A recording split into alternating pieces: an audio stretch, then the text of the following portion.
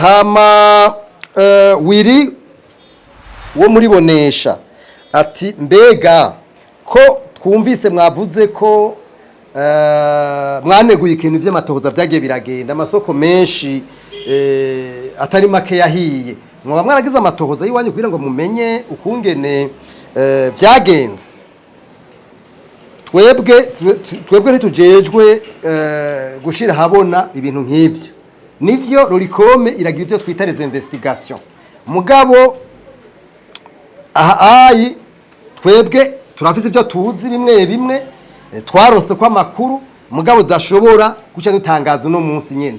Mugabo nico dusaba inzego zibifitiye ububasha les organes compétents ko boshobora gukora ibishoboka kugira ngo berekane ibi bijanye n'amatohoza. Hanyuma mwavuze ikindi muca muvuga muti mbega nk'igihe leta yoshiraho umugwi wogira amatohoza, mbega mwebwe muriteguye yuko mwojamwo. Twebwe ivyo sakazi kacu badushizemwo tuzomenya ico twishura uyu munsi bazo badushizemwo.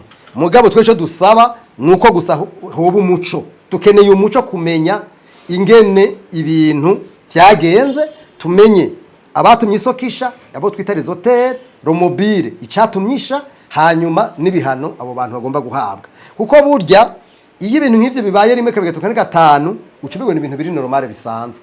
Nico gituma usanga baca bavuga bati ibintu byo kudahana biba byamaze kugwira.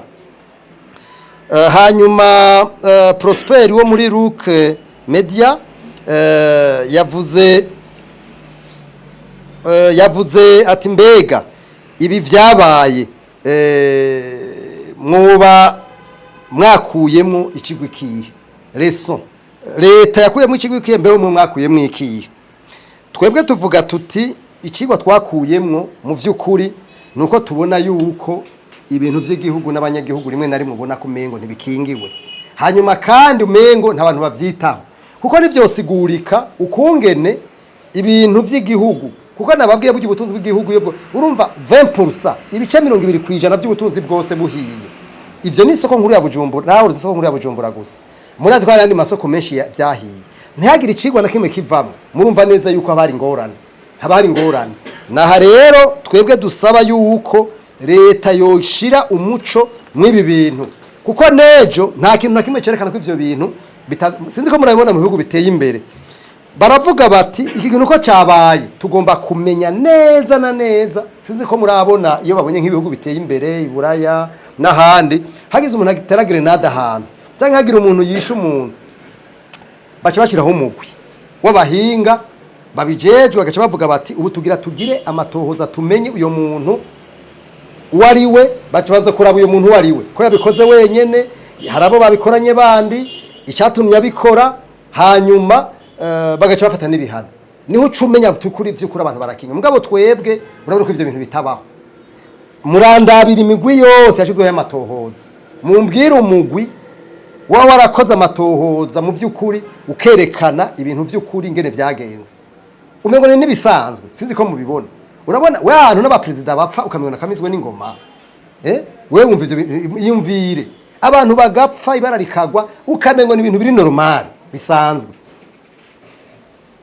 Mwibuke none ndabakarorero Ernest Mani nuba tumaze imyaka ingahe turiko turavuza induru. Imyaka kuva mu mwaka wa 2009 wumva haize imyaka ingahe 10 n'ingahe ni 5 hafi. Mugabo kugeza nino saha rero ibi bintu burya nimwe namandiko ndavuga burya nta muntu umwe bari protege. Ibintu bitagiye ku murongo bije ku rutonde burya nta numwe bari protege. Nico gituma twebwe tuvuga tuti birakwiye yuko mu vy'ukuri iyo ibibazo bibaye ahantu hagirwa amatohoza kugira ngo ibintu bishobore kuza biraja mu ngiro, hanyuma kana amatohozwa akogwe abarundi bamenye iba vyayavuyemo.